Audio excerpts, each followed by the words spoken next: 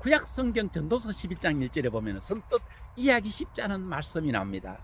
너의 식물을 물 위에 던지라. 그리하면 여러 날 후에 도로 찾으리니. 물 위에 식물을 던지면 그것으로 끝이지 어떻게 여러 날 후에 도로 찾는다는 말씀입니까? 그런데요, 2절을 연결해서 보게 되면 1절의 말씀의 의미를 비로소 알게 됩니다. 2절에 보면은 700이나 800이 나누어 줄지어다. 이는 땅에 무슨 재앙이 임하는지 내가 알지 못함이니라. 그러므로 이 말씀의 의미를 비춰볼 때에 평소에 세상에 살아가면서 선을 행하면서 살아가라. 그리 하게 되면은 세상에 재앙이 임할 때, 또한 너가 어려움이 닥칠 때, 그때 평소에 선을 행하며 살아간 그것으로 인하여 화를 면하게 된다. 이런 말씀이 되겠습니다. 실제로 우리가 세상에 살아갈 때, 많은 사람들이 거룩되게 살아갈 때, 어떤 사람이 혼자 반듯하게 살아가는 그것이 때로는 내가 이렇게 사는 것이 무슨 의미가 있나, 이런 생각이 들 때가 있지만, 그럴 때라도 계속 선을 행하며 반듯하게 살아갈 때에 그 반듯하게 살아간 그것으로 인하여 어떤 어려움 속에서 어려움을 면하게 된다는 이런 말씀이 되겠습니다. 저는 이 말씀이 정말 피부에 와닿을 정도로 이해가 되는 그런 부분이, 저희 선친의 이제 오래전에 돌아가셨습니다. 선친의 그 삶을 통하여 제가 더 피부에 와닿습니다. 제 선친께서는 1910년 북만주 중국 아주 그 윗지역에서 태어나셨습니다. 태어나셔가지고 1945년 독립이 될 때까지는, 우리 조선 땅이 독립이 될 때까지는 중국에 계셨습니다. 그런데 중국의 선친이 성장하시는 무렵에, 청년 무렵에 아주 그 도적대들이 얼마나 무법지대처럼 활개치고 다녔습니다. 그런데 어느 날 선친께서 청년 시절에 도적에게 마을 사람들과 함께 잡혀갔거든요.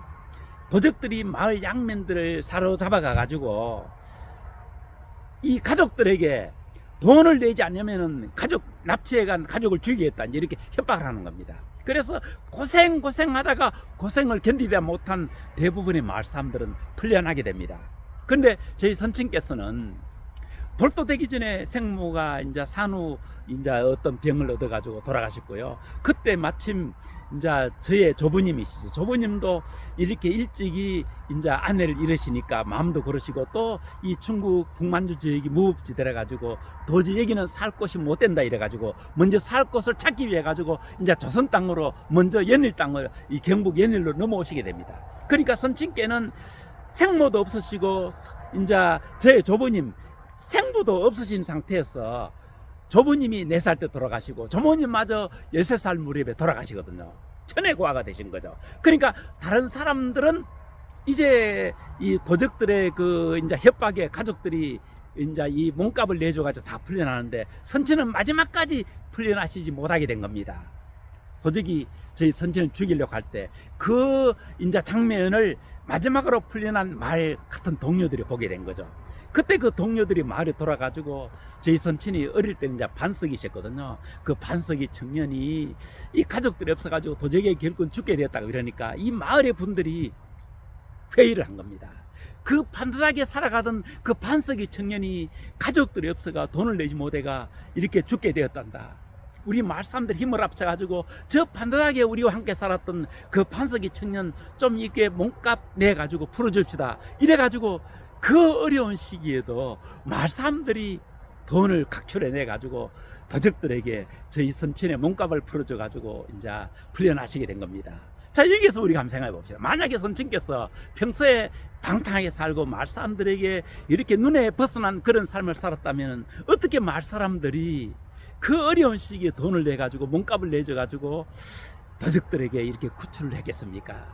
이 역시 그 어려운 시기 속에서 저희 선친께서 마을 사람들의 마음에 들 정도로 반듯하게 살아오셨기 때문에, 선을 행하며 살아오셨기 때문에 그 위기의 때에 이제 구출을 당하게 된 것이죠. 그뿐만 아니라 이 마을 분들이 결국은 주선을 내 가지고 어떤 참 처녀와 결혼까지 시켜주신 참 이런 역사가 바로 선친의 참 일대기의 역사였습니다. 제가 지금 선친의 역대기에 관한 책을, 제목은 명주실타래라는 제목으로 제가 일대기 조선 근대사와 우리 이 한반도 근대사와 아시아 근대사를 곁들여 가지고 책도 쓰고 있습니다. 어쨌든 우리가 평소에 선행하며 살아가다 보면은 그것이 끝없이 낭비처럼 보일 때가 있지만은 무리의 식물을 던지는 것처럼 보일 때가 있지만은 그러나 정말 내가 어떤 어려움을 만났을 때 그 평소에 살아왔던 삶의 궤적 때문에 오히려 내가 위기에서 건져지는 이런 일이 있다는 것을 저희 선친의 삶을 통해서 제가 더 피부에 와닿고 성경 말씀이 바로 그것을 말씀하시는 것입니다. 자, 여러분들 이 세상이 어두울수록 다 그릇되게 살수록 오히려 더 빛과 소금이 돼가지고 반듯하게 살아가다 보면 언젠가 우리가 살다 보면 때로는 어떤 어려움 만날 때이지 않겠습니까? 그때에 내가 평소에 살아왔던 그 삶이 반듯한 삶이 어려움에 처한 나를 구원하는 그런 길이 될 수 있다는 말씀이 바로 이 성경 말씀이 되겠습니다.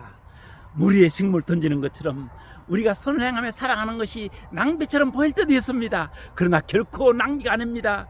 위에 계신 하나님이 그거 다 보고 계시거든요. 보고 계시다가 정작 어려움이 닥칠 때에 하나님께서 우리의 삶을 통하여 우리의 위기에서 우리를 구해 주시는 이런 은혜를 베푸실 수 있는 게 바로 또한 우리의 삶을 통하여 하나님 그렇게 해주신다는 말씀이 이 본문의 말씀이 되겠습니다. 무리의 식물 던지는 거 결코 낭비 아닙니다. 온 세상이 그럴지라도 저와 여러분들 더 반듯하게 살아가심으로 말미암아 남이 아닌 나의 삶으로 인하여 우리의 미래가 더 공고해지는 이러한 저와 여러분들 되시기를 우리 주 예수 그리스도 이름 받들어 기도드립니다.